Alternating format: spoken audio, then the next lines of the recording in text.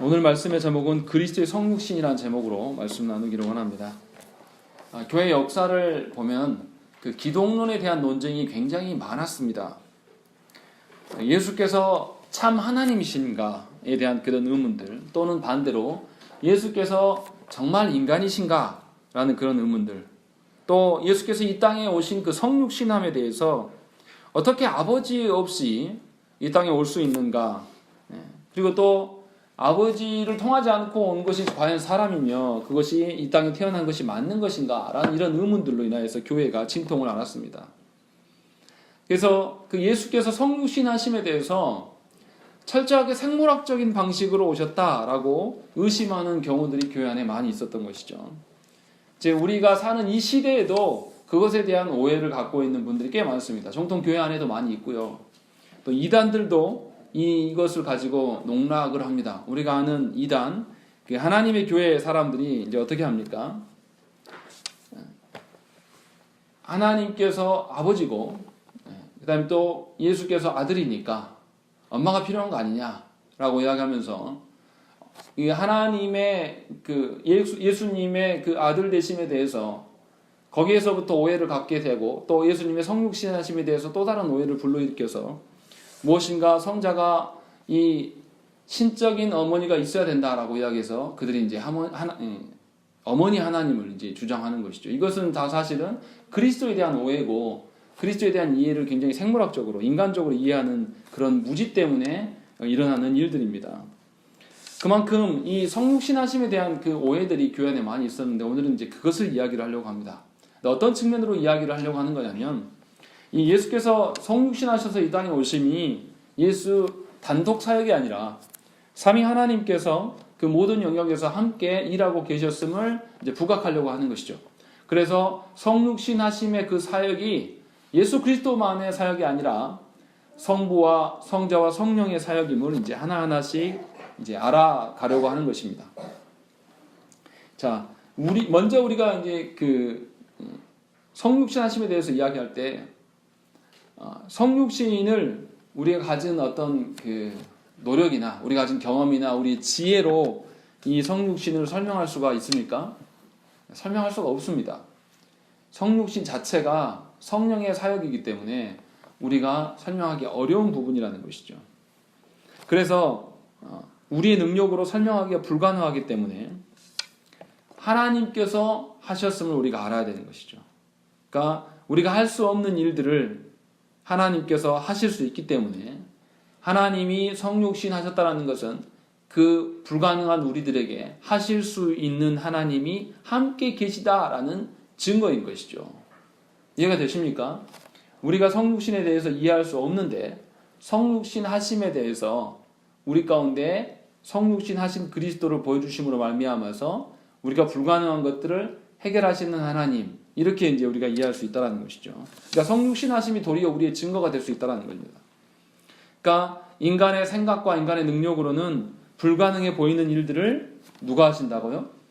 성부께서 행하신다라는 것이죠. 그래서 벨직 신앙고백서 17조에서 뭐라고 했습니까? 우리 인간이 타락하자마자 하나님께서 뭐 하셨습니까? 인간을 찾아오셨어요. 인간을 찾아주셨어요. 잃어버린 그 인간을 타락함으로 하나님으로부터 떠나려고 하는 그 인간을 바로 찾으시고 찾아오셔서 하나님께서는 아담과 하와를 붙잡으셨어요. 이게 하나님의 인자하심이죠. 붙잡아 놓으시고 어떻게 했습니까? 아담과 하와가 붙잡아 놓으니까 뭐 하고 있어요? 성부 하나님 앞에서 하나님을 의식하는 것이 아니라 뭐 하고 있습니까? 둘이 서로 책임 공방을 하고 있습니다. 서로 책임을 전가하면서 싸웁니다. 이 와중에 하나님께서는 뭘 하십니까? 지난주에 했잖아요. 지난주에 창세기 3장 말씀으로. 창세기 3장 15절의 말씀을 우리에게 주시는 것이죠. 구원을 약속해 주십니다. 그러니까 보세요. 하나님께서 타락한 인간을 타락하자마자 아담과 하와를 찾아가셨어요. 찾아가셨으면 이들이 어떻게 해야 돼요? 싸우다가도 어떻게 해야 되죠? 하나님 오시면 그치고 안 그런 척이라도 해야지. 우리 유교권에 있는 사람들도 이런 건 알잖아요. 그런데 이 한 번도 타락해보지 않았던 그런 능력이 있었던 그 아담과 하와가 타락하자마자 보이는 그 증상이라는 것은 이제 엄청나게 어이없는 태도를 보이는 것이죠. 하나님이 오셨음에도 불구하고 책임 공방으로 나아가는 것이죠. 그런데 그 와중에도 성부께서는 그들을 향해서 구원의 약속을 보여주신다는 것이죠. 그래서 그 일들로부터 어떻게 됩니까? 오늘 소요리 문답 시간에도 이야기를 했는데, 이 하나님께서 약속을 어떻게 하셨냐면, 여자의 후손을 통하여서 뱀의 머리를 짓밟을 것이다 라고 이야기를 하신 것이죠. 그래서 여자의 후손과 뱀의 후손이 대립하게 되어지는, 그 하나님의 약속 때문에 여자의 후손 가운데 있는 자들은 하나님의 구원을 보게 되는 그런 식으로 이제 이어지는 것이죠. 그래서 사탄이 어떻게 합니까? 여자의 후손을 끊어내기 위하여서 우리가 아는 것처럼 가인이 아벨을 죽게 합니다. 그렇게 해서 더 이상 하나님 약속하신 여자의 후손을 잊지 못하게 함으로 말미암아서 하나님 언약을 취소시키려고 뱀이 노력한다는 것이죠. 그리고 거기서 끝나지 않죠. 또 셋이 태어나니까 가인의 딸들이 뭐합니까? 하나님의 아들들을 유혹해서 동침함으로 말미암아서 낳는 후손들은 전부 다 뱀의 자녀가 되도록 행하는 것이죠. 그것이 이제 고대의 인간의 타락상입니다. 그러니까 하나님께서 하나님의 자녀들이, 하나님의 그 후손들이 점점 줄어져 가는 것을 보면서 하나님께서 무슨 생각을 하시냐면, 심판해야 되겠다라고 생각하시는데, 모두를 심판하신 것이 아니라 누구를 살립니까? 노아의 가족들에게 기회를 주시면서 새롭게 시작할 수 있는 기회를 여시는 것이죠. 그러니까 하나님께서 약속을 이뤄내기 위하여서 타락한 인간에게 찾으셔서 약속을 주셨고, 그 약속을 지속적으로 하나님께서 지켜가고 있어요. 보여지기는 어떻게 보여주냐면, 사람의 딸들, 이 뱀의 후손들이 하나님의 아들들과 동침하면서 하나님의 자녀들이 점점 없어져 가는 것처럼 보여요. 전부 인간이 타락한 것처럼 보여집니다. 그런데 놀랍게도 하나님은 그 가운데서도 후손의 씨앗을 지키셔서 노아를 보존하십니다. 그리고 그 보존하심으로 말미암아 하나님의 약속을 성취해 가시는 하나님을 볼 수 있다는 것이죠. 이 점에서 우리가 희망을 볼 수가 있는 거예요. 고대 시대에 그렇게 하나님을 타락하고 하나님을 배반했던 그 속에서도 하나님의 자녀는 분명히 있었고, 그 자녀가 하나님의 언약의 계보로 남아 있었다는 것이죠. 그래서 인류가 계속 보존된 것입니다. 왜 이렇게 하나님 하시냐? 사람들의 어떠함을 보시고 하시지 않아요. 아담도 어떻게 합니까? 아담과 하와가 범죄했을 때, 찾아가셨을 때 아담과 하와가 뭐하고 있어요? 자기들끼리 싸우고 있단 말이에요. 책임 공방하면서. 여러분들 시집장가간 여러분의 자녀들이 집에 모처럼 갔는데 내가 나타났는데도 계속 둘이 싸우고 있다 해보세요. 그럼 여러분은 어떻게 합니까? 그래도 인자한 마음으로 그럴 수 있어 하면서 가져온 보따리를 풀어내면서 사랑으로 그들을 품어줍니까? 저는 그렇게 하신 분 못 봤어요. 좀 들어봤으면 좋겠지만 우리는 안 그럽니다. 그런 모습 보면 화를 내면서, 아니면 조용히 문을 닫거나, 이 정도면 양반이죠. 네. 정말 점잖은 분이 조용히 들어가려다가 싸우는 것을 보면서 문 닫고 나가, 이거 정말 양반인 거죠. 대부분 다 어떻게 해요? 문 열고 들어가서 혼직업을 내면서 이제 두 사람을 억압하죠. 그렇게 해서 잠재우려고 합니다. 우리는 그런 방식을 택해요. 근데 하나님 성부께서는 어떻게 하셨냐면, 싸우고 있는 그들을 향해서 도리어 하나님께서 아담과 하와가 싸우고 있는데도 불구하고 아담과 하와가 뱀과 섞이지 않도록 편을 갈라놓으시고 그들에게 하나님의 언약을 주셔요.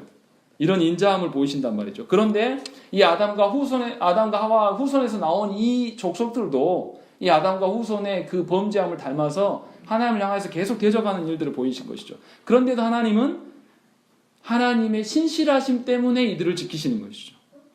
그러니까 하나님이 우리 가운데 약속을 이뤄가셔요. 약속을 성취해 가시는데, 이 약속의 성취하심은 우리의 어떠함과 아무런 상관이 없어요. 도리어 인간이, 언약 백성인 그 인간이 하나님 앞에서 보여주는 것은 뭐냐면, 타락의 극치를 보여줘서 하나님이 도무지 언약을 지키고 싶지 않은 마음을 계속 유발하게 하는 겁니다.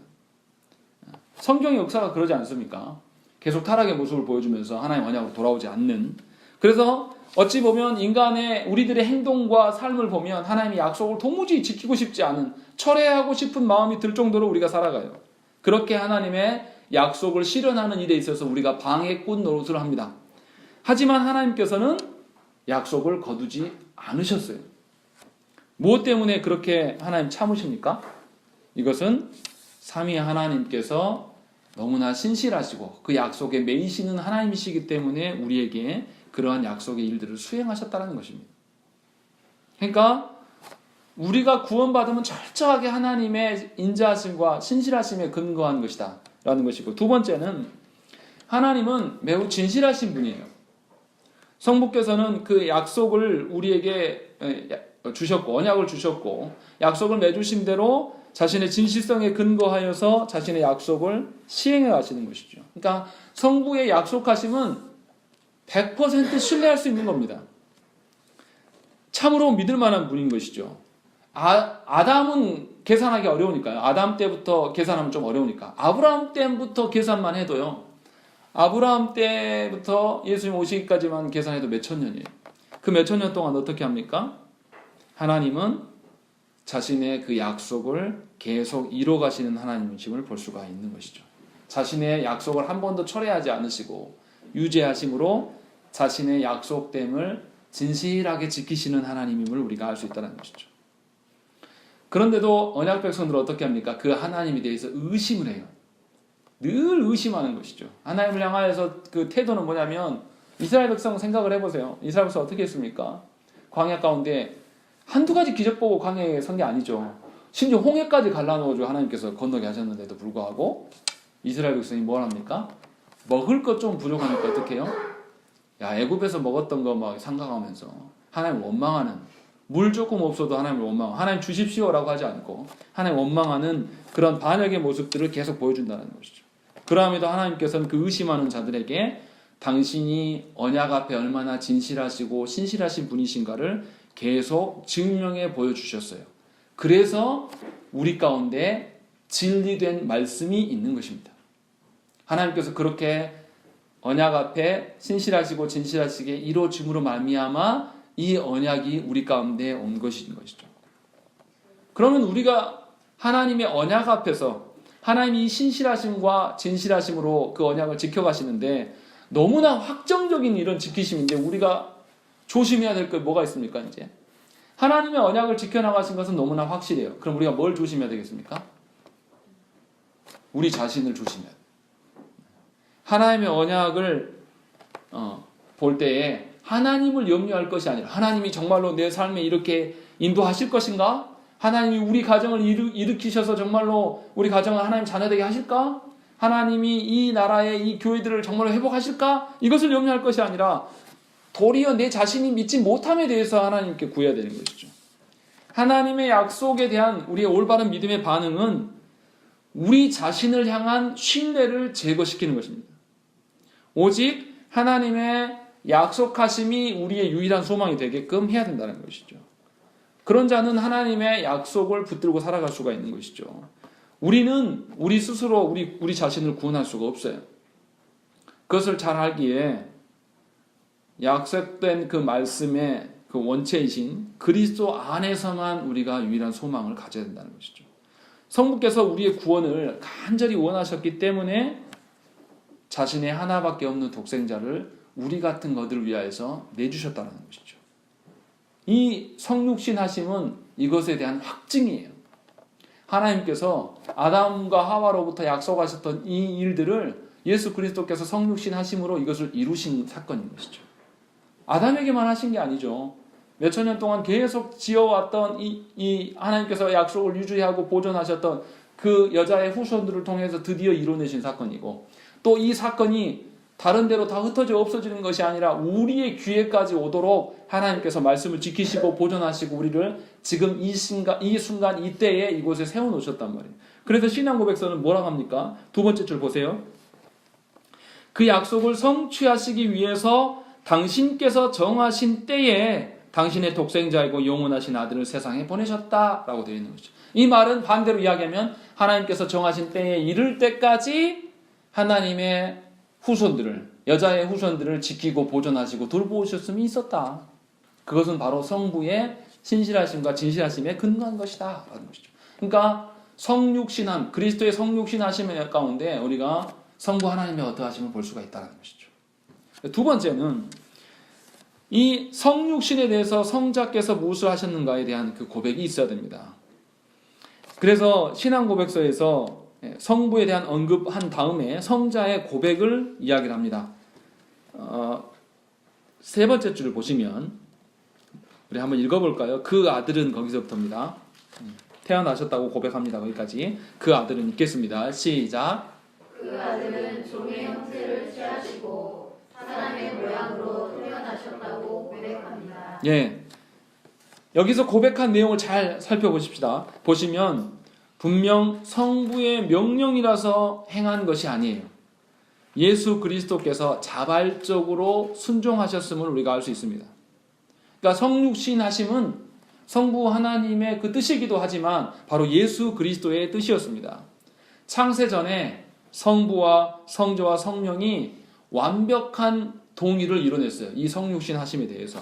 그리고 삼위일체 하나님의 그 화목의 뜻 가운데서 성부께서 우리에게 보여주신 사랑뿐만 아니라 타락하여서 비참해진 이 인간을 향해서 성자께서 자신의 육신화됨을 내어주심으로 말미암아 이 결정을 하신 것이죠.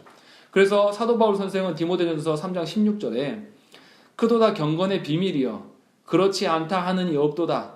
그는, 여기서 그는 예수님이죠. 육신으로 나타난 바 되시고 영으로 의롭다 하심을 받으시고 천사들에게 보이시고 만국에서 전파되시고 세상에서 믿는 바 되시고 영광 가운데 올려주셨느니라 라고 이야기하는 것이죠. 그 예수의 첫 사역으로서 육신으로 나타나셨다라는 것을 분명히 바울 사도가 이야기를 하고 있는 것이죠. 즉 예수께서는 바울 사도가 고백한 것처럼 자발적인 그 성육신의 사역에 동참하셨고 그것으로 말미암아 인성의 연약함을 취하셨어요. 참된 인성을 취하신 것이죠. 우리 인성이라는 것이 굉장히 추접스럽고 연약한데 그것을 일부러 취하신 것이죠. 왜냐하면 참 사람이 되셔야 되기 때문에 우리와 똑같은 사람이 되셔야 하기 때문에. 그런데 예수께서는 무엇을 취하셨냐면 인간의 육신만이 아니에요. 성육신 하심에 대해서 우리가 이제 착각하지 말아야 될 게 뭐냐면 인간의 육신과 영혼 둘 다를 취하셨습니다. 왜 그렇습니까? 첫째 아담이 타락하였는데 그 첫째 아담의 타락이 육신만 타락한 게 아니거든요. 영혼도 타락한 것이죠. 그래서 육신과 영혼을 다 잃어버렸습니다. 그래서 예수께서 영혼과 육신 모두를 찾아내시기 위하여서 그 모두를 취하셨다는 것이죠. 그러니까 예수님의 입장에서는 굉장히 치욕스러운 사건인 것이죠. 육신화된 것도 그렇고 영혼까지도. 그러니까 신자가 어떻게 살아가야 되냐면 그리스도 앞에서 우리의 육신의 일들만을 구해서는 안 된다는 것이죠. 신자가 자신의 몸과 영혼을 위하여서 몸의 구원과 영혼의 구원 둘 다를 구하는 자세로 하나님께 나아가야 돼요. 그렇지 않으면 예수의 인간 되심을 모르는 자들인 것이죠. 그러니까 하나님 예수 이름으로 기도할 때 우리의 몸의 구원이 무엇인가에 대한 고민. 몸의 구원을 오해하시면 안 됩니다. 이 땅에서 필요한 것을 채워주는 것이 몸의 구원이 아니에요. 뭔가 병이 없고 완전한 편한 상태를 말하는 것이 아니에요.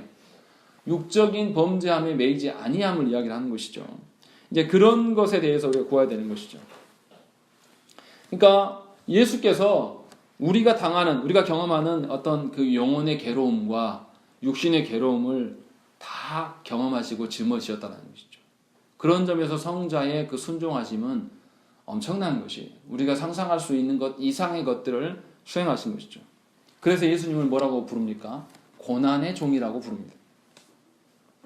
이 예수 그리스도의 그 순종하심이 성육신의 출발이기 때문에 그러니까 예수께서 인성을 취하셨기 때문에 낮아지신 것이 아니에요. 인성 때문에가 아니라 예수께서는 만약에 인성을 취하셔서 낮아진 거라면 말이 안 돼요. 왜냐하면 지금 예수님 인성이 있습니까? 없습니까? 지금 부활하신 예수님 인성 있어요? 없어요? 있습니까? 없습니까? 있습니다. 예, 있어요. 예수님이 인성 지금도 갖고 계신단 말이에요. 왜 예전에는 있었는데 지금 없는 것처럼 이야기하십니까? 있으시다니까요. 그러니까 뭐냐면 그 예수님의 낮아짐이 인성을 취하셨기 때문에 낮아졌다고 보면 안 된다는 것이죠. 예수께서 인성을 취하시고 스스로 종으로 오셨기 때문에 낮아지신 거예요. 이게 별로 안 중요하게 느껴질 수도 있지만 매우 중요한 이야기입니다. 구별을 하셔야 돼요. 그래서 언약 백성의 죄를 짊어지기로 하신 것이죠. 짊어질 필요가 없으신데. 그리고 하나님의 진노의 중심 가운데 서셔서 하나님 모든 진노를 홀로 받으신 것이죠. 그러니까 예수의 이 순종하심, 낮아지심이라는 것은 성부와 자신의 교회를 위하여서 온전한 순종의 모습을 보여주신 것이죠. 온전한 사랑의 모습이 무엇인가를 보여주신 것이 바로 그 예수의 낮아심인 거죠. 그러니까 예수께서 이 성부 하나님의 뜻에 승복한 것은 물론이고 우리를 향한 그 사랑 가운데 서셨음을 이 성육신을 통해서 우리가 봐야 된다는 것이죠. 그러니까 신자는 예수 그리스도께서 우리를 복음 안으로 초청하실 때 우리가 어떻게 해야 되겠습니까? 응해야 돼요. 예수의 부르심 앞에 우리가 응해야 되는 것이 정상인 것이. 그 응해한다는 것은 뭐냐면 예수 그리스도의 사랑이 무엇인가를 아는 자라는 것이죠. 예수 그리스도께서 걸어가신 길을 우리가 똑같이 그 고난의 길을 걸을 수 있어야 돼요. 왜냐하면 예수 그리스도께서 그런 방식으로 우리를 사랑하셨기 때문에 예수 그리스도의 사랑을 아는 자라면 그 길을 기꺼이 걸어갈 수가 있다는 것이죠. 이 말이 이해가 안 되십니까? 정말 예를 들자면 이런 거예요. 제가 청년 때 스리랑카 지체들하고 이렇게 예배를 했었는데 스리랑카 지체들한테 전도하려면 어떻게 해야 됩니까? 그들 찾아가야 돼요. 근데 전에도 말씀드린 것 같은데 이 사람들 집에 가면요 정말 더럽습니다. 바퀴벌레는 그냥 막 돌아다니고 있고 이게 밥을 했는데 밥에다 미원 뿌려요. 미원 뿌려서 밥을 이상하게 해줍니다. 근데 중요한 건 손으로 먹어요. 손 잘 안 씻어요. 방바닥도 언제 들었고요. 손을 이렇게 해가지고 칼에 묻혀가지고 저한테 줍니다. 먹어야 될까요? 안 먹어야 될까요? 먹어야 돼요. 안 먹으면 친구가 될 수가 없어요. 야, 괜찮아. 내 거 먹을게. 이럴 수 없단 말이죠. 그 사람들은 정말 친하지 않으면 손으로 안 주거든요. 그러니까 먹어야 돼요. 먹을 때 느낌이 어쩐 줄 아십니까? 이거 반드시 소화제를 먹겠구나. 나가면 최소한 콜라 몇 병을 마셔야 되겠다. 이런 생각이 막 들면서 억지로 먹어요. 그래서 막 토하는 분들도 있고. 그런데 예수께서 우리를 부르심이 바로 이런 것이죠. 예수께서 우리를 향하여서 순종하심이 어떻게 그런 것과 비교될 수가 있겠습니까? 제가 비교하는 수준이 그거밖에 안 되니까, 제 능력이 이거밖에 안 되니까, 표현력이 이러니까 그렇게 표현한 것이지만 주님의 사랑을 알고 주님과 하나됨, 연합됨을 소망하는 자들이라면 말씀 대신 그분이 우리 가운데 말씀으로 오신 일에 대해서 우리가 부인할 수가 없다는 것이죠. 이것이 성육신을 아는 것이고 하나의 말씀을 아는 자들이에요. 왜냐하면 성육신 하심이라는 것은 뭡니까? 우리에게 유일한 구원이 하나밖에 없어요. 그 성육신 하심을 통해서 오는 그 구원. 그거밖에 없기 때문에 말씀 대신 그 예수님의 앞에서 우리가 순종할 수밖에 없는 것이죠.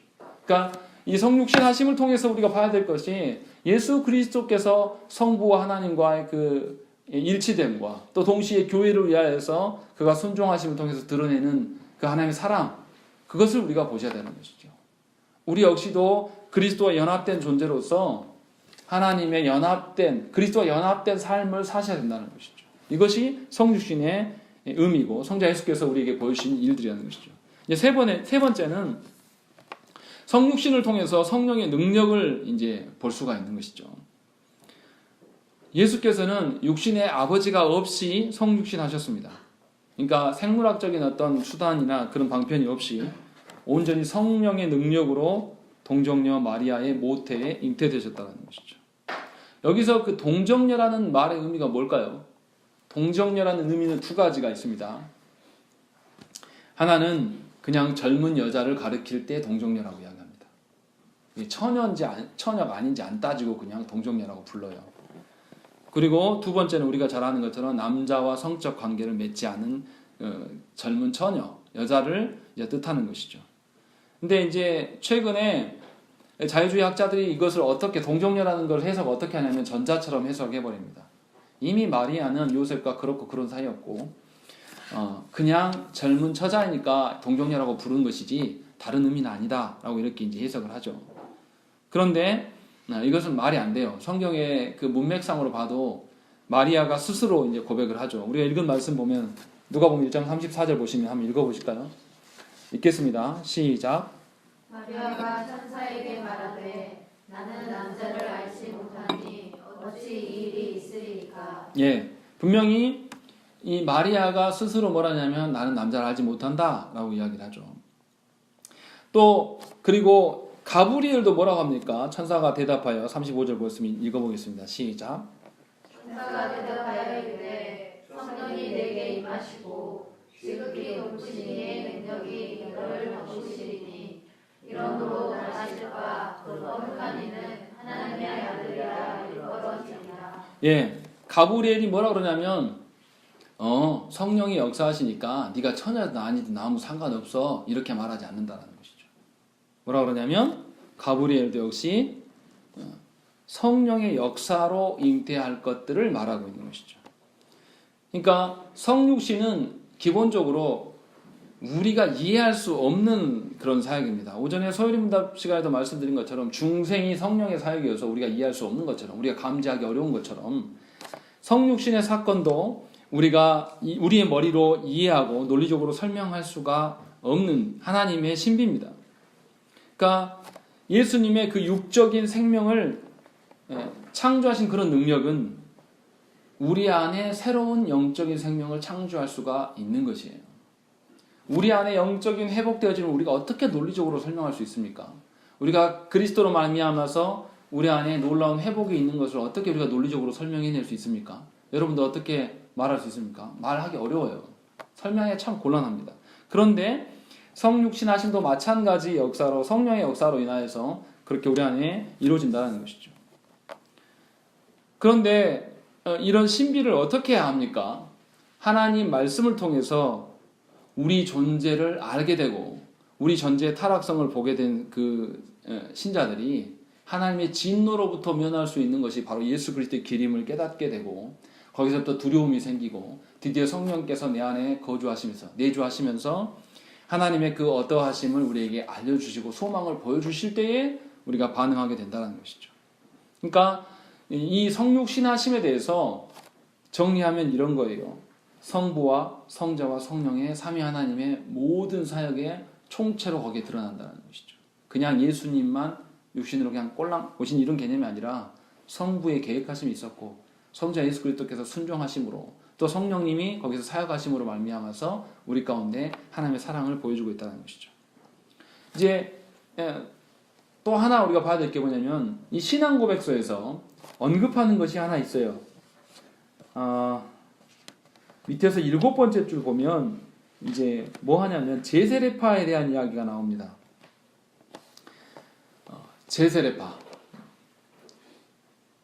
제세례파 이단에 반대하여 우리는 그리스도께서 자녀들의 혈육에 함께 속하였음을 고백합니다. 이렇게 되어 있어요.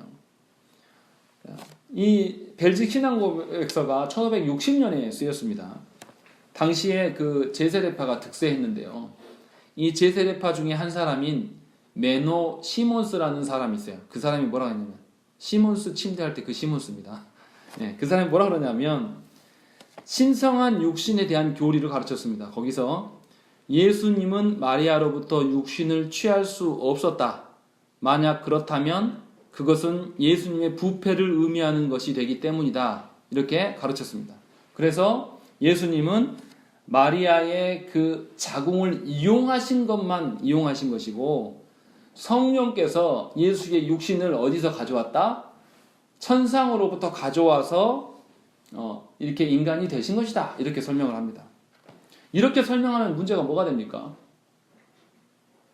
예수의 성육신 하심과 우리와 무슨 관계가 있게 됩니까? 아무런 관계가 없게 되는 것이죠.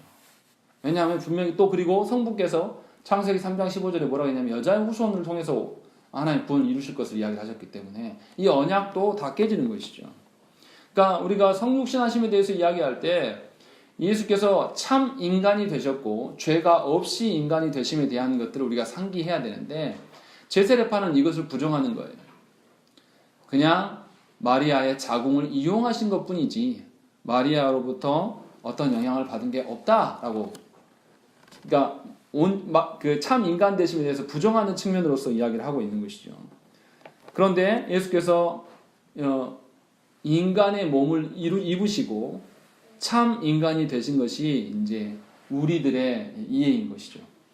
근데 메노 시몬스가 가르쳤던 그런 교리들이요, 제세파 안에서도 부정이 됩니다. 메노 시몬스가 죽고 난 뒤에 한 70년 정도 흘렀을 때에 그 네덜란드 메노파 신앙 고백에 뭐가 나타나냐면, 시몬의 가르침을 공개적으로 부인해요. 이들이 부인하면서 예수의 그 성육신하심은 마리아로부터 인함이다 라고 이제 다시 수정을 해요. 그런 것을 봐서도 그들이 잘못된 것을 이제 알 수 있는 것이죠. 아무튼 결론적으로 여러분들이 드리고 싶은 이야기는 뭐냐면, 예수님은 참 인간이셨다라는 것이죠. 그러니까 이렇게 참 인간 되시기 위하여서 성부의 신실하심과 성자의 온전한 순종으로 인한 사랑과 성령의 능력으로 말미암아서 우리 가운데 이 성육신이 존재하게 되었다는 것이죠. 그러니까 삼위 하나님의 사역이에요. 삼위 하나님께서 성육신을 이루셨어요. 그러면 우리가 해야 될 일이 있습니까? 없습니까? 없는 거죠. 그러니까 성육신 앞에서 우리가 자꾸 토론하면서 성육신이 어떻게 될까 안 될까 따질 그런 문제의 성격이 아니라는 것이죠. 성육신 하심은 그냥 우리가 고백해야 될 일이에요. 그러니까 예수 믿으면서 하나님의 신비의 영역이 있는 것 안을 자꾸 파헤치려고 하는 분들이 있는데, 파헤쳐지지 않는 부분이란 말이죠. 그냥 신앙함의 대상이 되어야 한다는 것이죠. 그러면 성육신을 고백한다는 의미가 뭡니까? 성육신을 신앙한다는 의미가 뭘까요? 삼위 하나님께서 성육신을 이뤄내기 위해서 우리에게 행하신 바를 생각을 해야 돼요. 그러니까 삼위 하나님께서 행하신 일들에 우리가 집중하면서 그러한 방편으로서 성육신을 바라보는 자라면, 삼위 하나님께서 행하시는 일들의 연장선으로 성육신을 볼 거예요.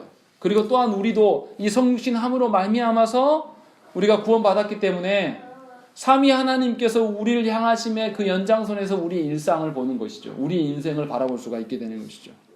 그러니까 내 의지로, 내 노력으로 나의 인생을 어떤 설계해 나가고 계획해 나가는 일들을 하지 않을 거예요.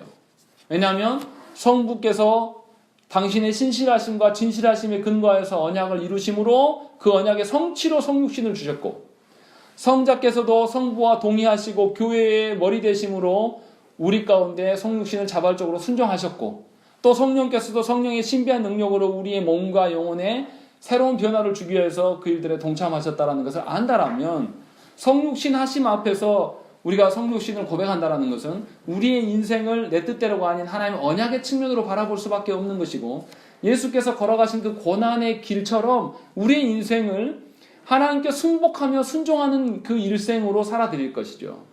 그럴 수밖에 없는 것이고, 또 우리의 의지로 우리가 성육신 되어서 성육신하신 예수 그리스도를 만난 것이 아니라 성령의 능력으로 말미암아 우리가 그 구원을 받은 자라니까 인생을 살아가면서 어떻게 하겠습니까? 성령님의 그 조명하심대로 우리가 살려고 할 거예요. 이것이 신자가 해야 될 일입니다. 성육신하신 예수 그리스도 앞에서 삼위 하나님께서 성육신에 어떻게 관여하셨고 성육신하심으로 우리한테 요구하시고 요청하시는 삶이 무엇인지를 분명하게 우리가 알 수 있다는 것이죠.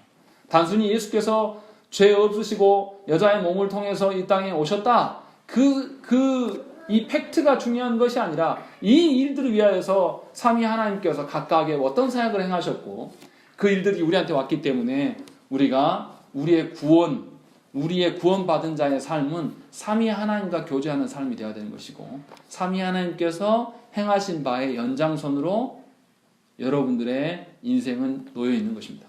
또 여러분들의 가정도 그러한 방식으로 서 있는 것이고, 여러분의 교회도 그러한 방식으로 태동되고 또 진행되어져 가는 것을 우리가 잊지 말아야 된다는 것이죠.